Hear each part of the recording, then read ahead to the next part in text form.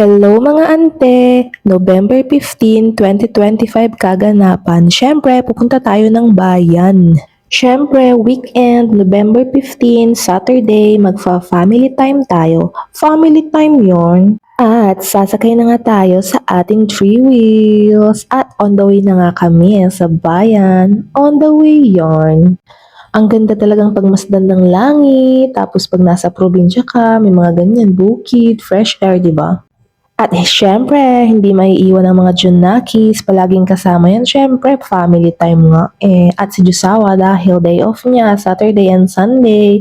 Syempre, siya ang driver. At kasama nga namin si Mama. Fast forward, andito na nga kami sa bayan, sa may CSI Bayambang. Tapos nung nag-grocery, nagbabayad na sila. At ito namang anak ko, anong ginagawa mo? Anong kinakamot mo dyan sa iyong ubat? Sabi ko nga sa kanya, bidyuhan niya kami. O ayan, tingnan nyo, bibidyuhan niya kami ang gulo-gulo niya para naman ma-exposure tayo sa grocery. O, diba? Nahilo ka ba? Nahilo kasi ako yung gulo-gulo niyang mag-video. After mag-grocery, pupunta tayo sa Bubuyog, maglalakang tayo doon dahil itong batang ito, kumakain na, hindi na niya napigilan. Gutom na siya, bumili siya ng price sa may CSI. Tapos pupunta siya sa bubuyog, kakain na naman siya, walang kapaguran ng bunganga. At ayan na nga, kumakain na si Jusawa, fast forward. Andyan na agad yung order, kakain na kami, kain po tayo. Sige la, Fang. Yan, tapos na kaming kumain dyan, nilalambing ko tong anak ko. Kaso nanggigigil siya sa akin, no?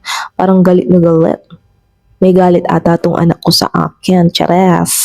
Pahinga lang kami konti dahil katatapos lang kumain. Then, uwi na din mamaya. O, diba? Nakasakay na kami agad sa tricycle. Traffic nga sa bayan nito. Wow! Nakikita niyo ba yan? Siyempre, hindi sa amin yan. Kay Mama, para sa tindahan. At pauwi na nga kami. Yung mga Junakis ko parang medyo pagod, busog. At maraming salamat. Thank you for watching. Bye-bye!